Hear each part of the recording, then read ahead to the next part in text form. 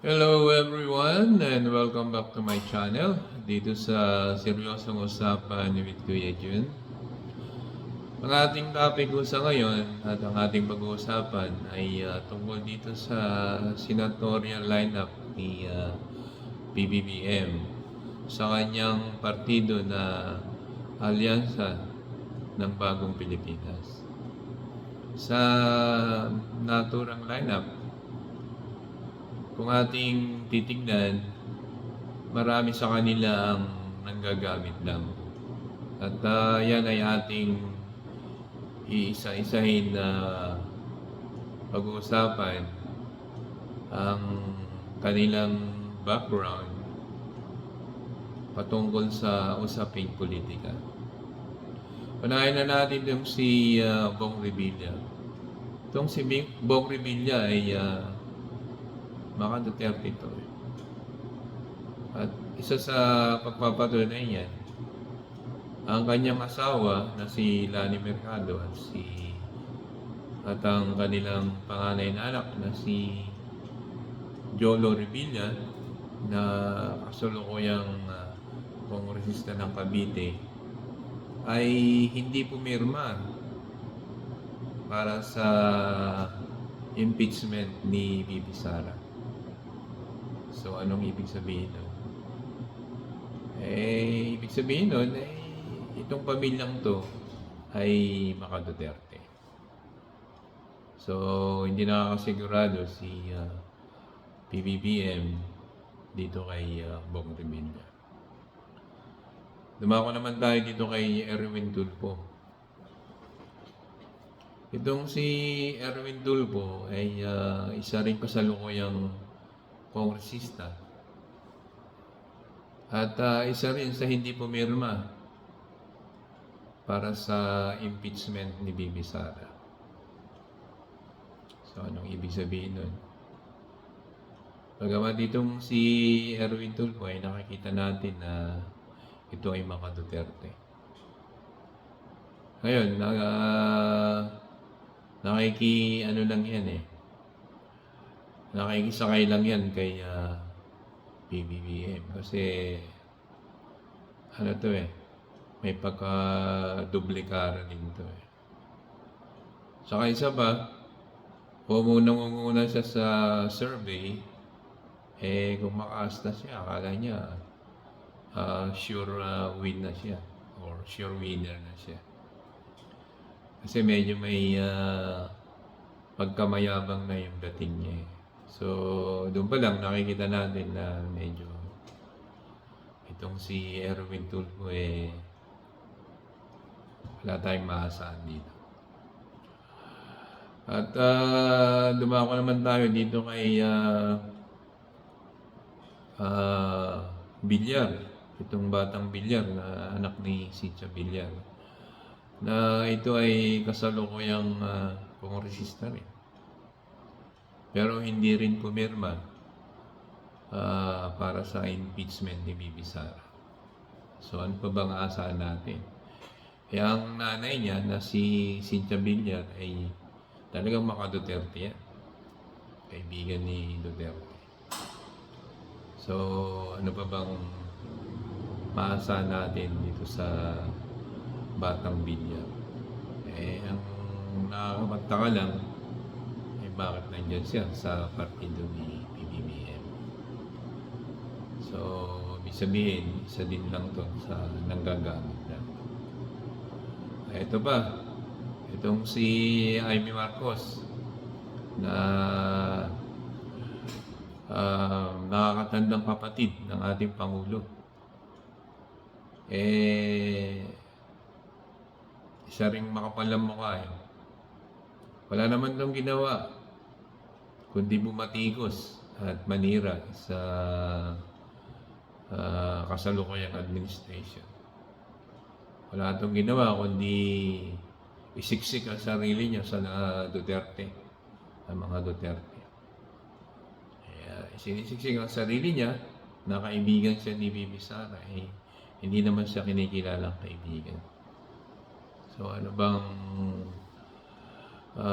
meron tong si Amy Marcos?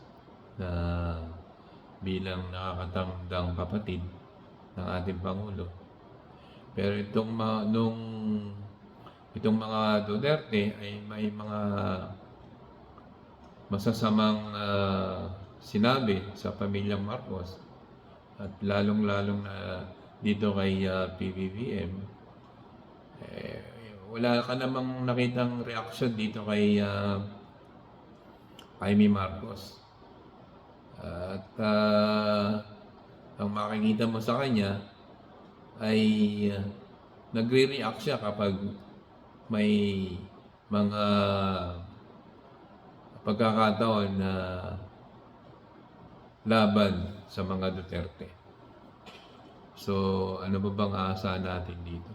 Bagamat kapatid siya ng ating Pangulo, pero ang pwedeng itawag dito ay traidor, kumbaga. Diba?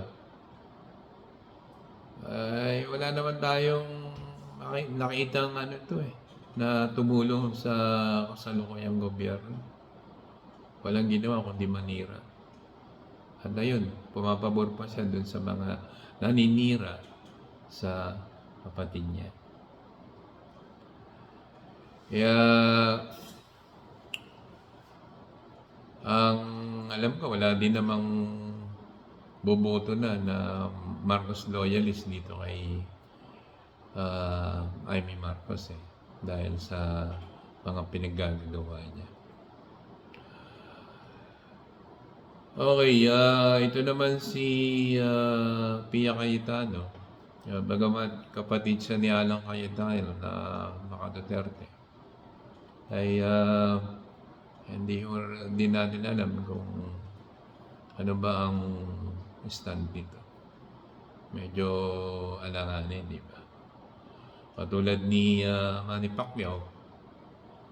Itong si Manny Pacquiao di ba nung tumatakbong presidente ito walang bukang bibig niya na kundi ipapakulong daw niya si dating unang ginang na si Imelda Marcos. Tapos nandiyan siya ngayon sa partido ni PBBM.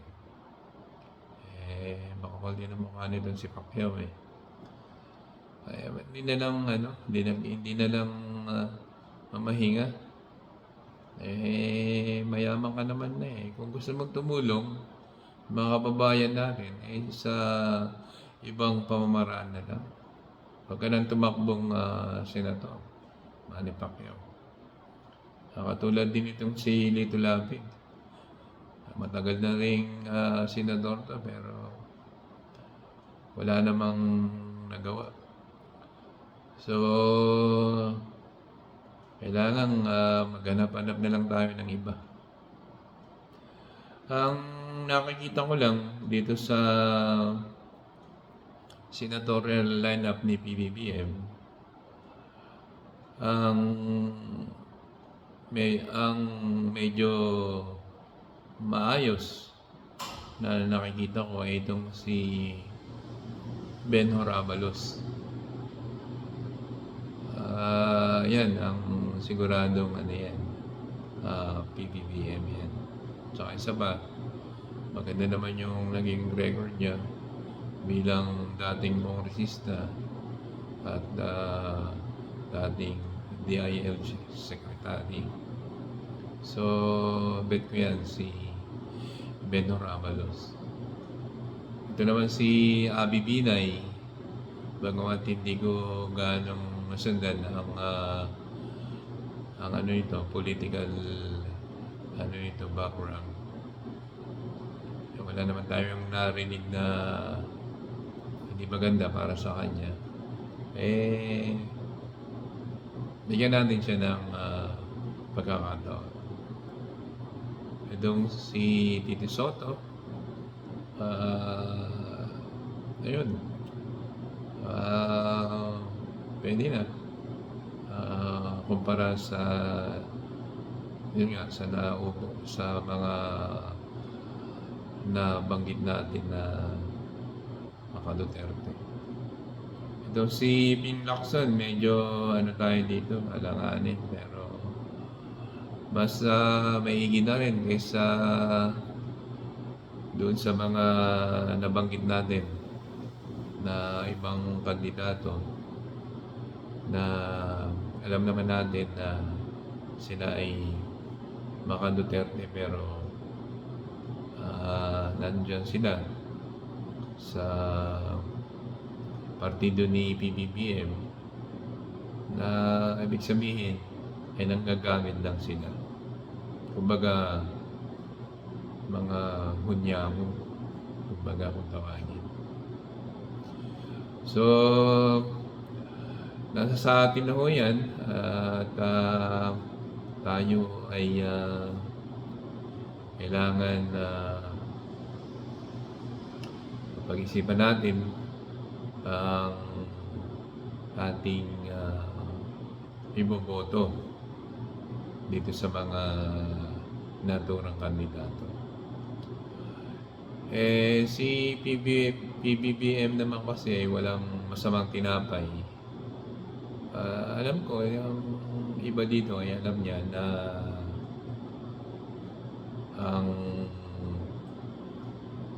mga gawain nila ay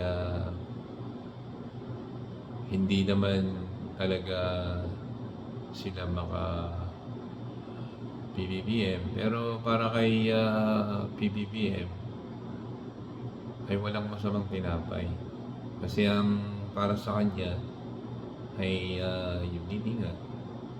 So alam niya itong mga kandidato na to na ang talagang loyalty ay kay Duterte. Pero yun na nga, wala namang masamang tinapay kay PBBM. So, pero siyempre hindi rin tayo nakakasigurado ang mga kandidato na ang loyalty nila ay sa dating presidente. Nasa sa atin na ho yan na kailangang maging matalino tayo sa pagpili ng ating iboboto. Hindi ko mo sa partido sila ni PBBM, pero sa nakikita naman natin ay nanggagamit lang sila. Nasa sa atin na ho yan kung iboboto ba natin sila o hindi. Pero dun sa mga nabanggit ko nga na hindi pumirma, yun yung pagpapatunay na ang loyalty nila ay sa iba. Kaya yun, nasa atin na ho yan na kailangan nating maging matalino sa pagpili ng ating iboboto. So, yun lang ho ang aking mai-share. At sana huwag niyong kalilimutan mag-subscribe at mag-likes and share. At wag ho sana kayong magsawang patuloy na sumubaybay at sumuporta dito sa aking channel. At kung meron man kayong comment, dahil mag-comment lang ho kayo sa comment section. At atin huyang bibigyan ng kasagutan. Alright, maraming salamat. Thank you for watching and I'll see you next time. God bless.